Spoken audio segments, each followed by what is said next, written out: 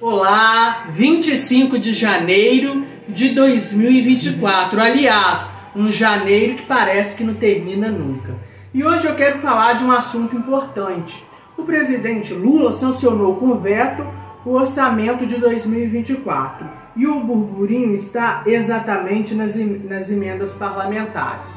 Nós temos um cenário que o Congresso passou a ter poder e galgar diversas posições, inclusive no debate público de forma arbitrária, que o colocou como aquele polo de dominância que ia convertendo aqueles que estavam dispersos sob o seu domínio. Então, o Congresso começou a querer dominar, inclusive, o Executivo e o Judiciário.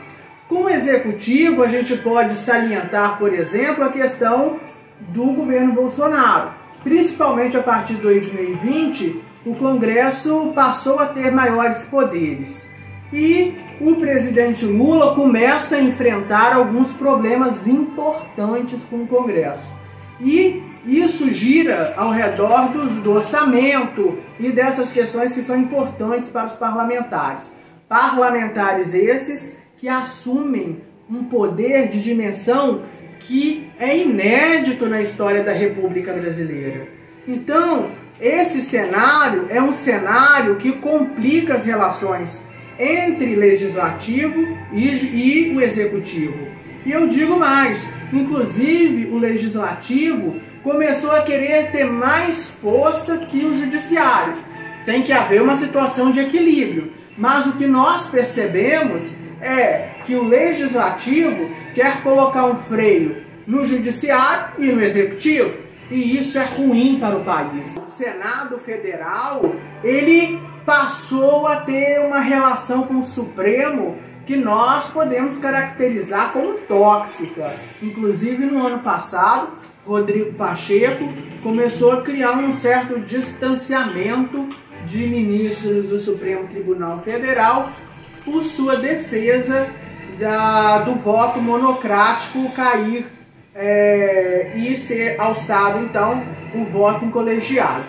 Isso tudo ocorreu e nos evidencia que as relações entre os poderes não está acontecendo de forma harmônica, e isso é prejudicial, com certeza.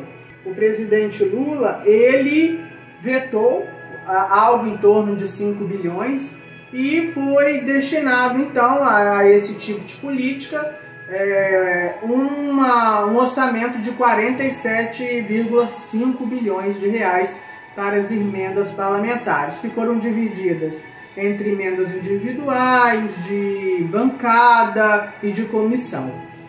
E o fator que nos evidencia também uma relação descomedida entre os poderes é que até agora não se provou que essas emendas têm algum objetivo técnico. Até agora, em todos os governos, desde o governo Michel Temer, embora lá atrás nós tínhamos hoje 47,5 bilhões, antes com Temer 11 bilhões, nós tínhamos também uma questão que já dizíamos que essas emendas não eram técnicas, elas eram políticas. É claro que tudo que acontece no Congresso brasileiro tem natureza política. Esse não é o fato. O fato é que nós observamos que uma importante medida de destinar recursos a municípios e aos estados está sendo usado de forma que deputados e senadores não certificam-se de prestações de contas e muito menos têm a devida responsabilidade com o dinheiro público. E isso é grave. Então esse cenário, que é um cenário que cria uma relação desarmônica entre os poderes, é o que está acometendo a nossa República. E eu não vejo como o presidente Lula, de uma hora para outra, retirar essas emendas, ou seja, diminuir em um valor substancial que seria destinado a esses deputados e senadores. E não há como fazer isso. Infelizmente, nós chegamos em um cenário que é muito difícil para o presidente da República fazer uma medida como essa e os congressistas aceitarem tranquilamente. Então, haverá tensões e rupturas e também movimentos de diálogo e compreensão por todo o mandato do presidente Lula, né, e principalmente nesse ano de 2024. Porque o Executivo já está mostrando um certo desconforto com essa relação entre o Planalto e a Câmara e o Senado. E isso certamente vai se agravar neste ano de 2024, eu tenho certeza disso. Eu quero falar também essa questão de que é preciso avaliar bem o que se faz com o dinheiro público. Eu não tenho aquele discurso fiscalista que acha que o problema do Brasil está nas questões fiscais. Eu não venho com esse discurso, eu não me faço com esse discurso e nem me vendo por ele. Acontece que as decisões fiscais e o devido equilíbrio fiscal garantem a estabilidade do país. E o problema do Brasil, nós temos esse modelo de democracia representativa com elementos da democracia delegativa, mas que faria Guilherme O'Donnell cair de costas, porque acontece uma verdadeira desorganização sistemática em todos os poros da República. Então está na hora de o Executivo crescer e o Legislativo diminuir. Porque essa questão da democracia delegativa não é o modelo do Brasil, mas a gente tem sim um sistema misto em alguns casos, principalmente no presidencialismo, que o presidente ele é aquela figura que tem que ter um poder mais decisivo no rumo do país. E o que a gente também observa é que há um fator de complicação, é que antes o presidente da República ele conseguia, pelo menos, dominar a agenda de reformas e também aquilo que o país deveria seguir, tanto na Câmara quanto no Senado. Não havia dificuldade em relação a isso. É claro, nem tudo passava, mas agora tanto o Senado quanto a Câmara decidem por conta própria e é muito difícil o Executivo dominar a agenda dessas duas casas. Então nós temos que observar isso também neste ano. Eu falo bastante rápido e às vezes eu tenho essas pausas dramáticas. Mas eu quero também abordar a questão do NIB, né, que é a nova indústria do Brasil, que foi lançada nessa semana, que contou com a participação do presidente Lula, o presidente Geraldo Alckmin, que também encabeçou essas arqueações de como esse novo plano deve ser direcionado à indústria.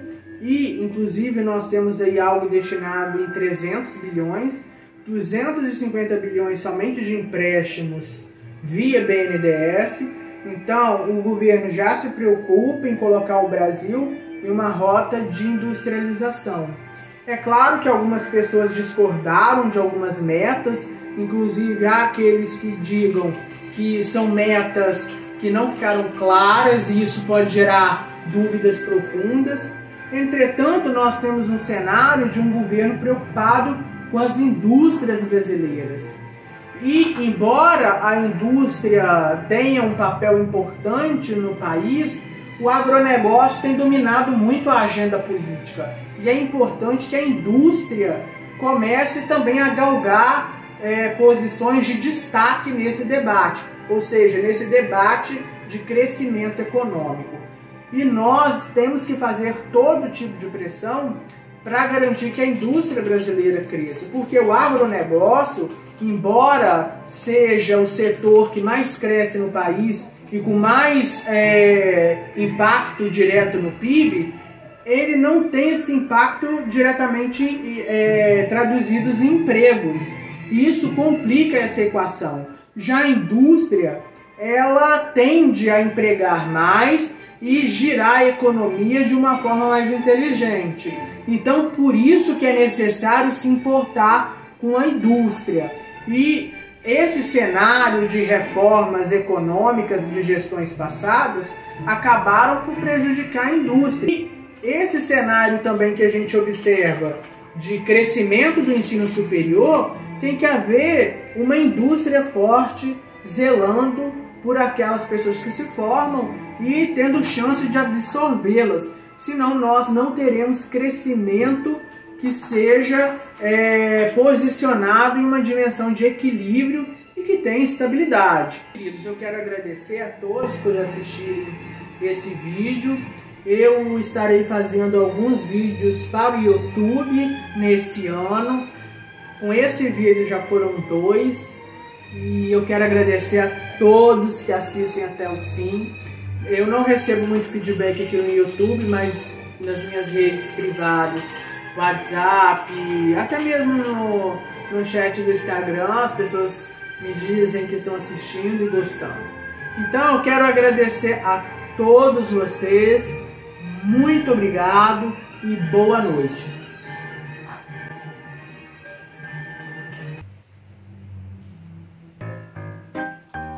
Banda delinquente e criminosa, e não se pode eufemizar em quaisquer aspectos adjetivos que escondam o caráter golpista e criminoso. Tive um pequeno problema, voltamos já.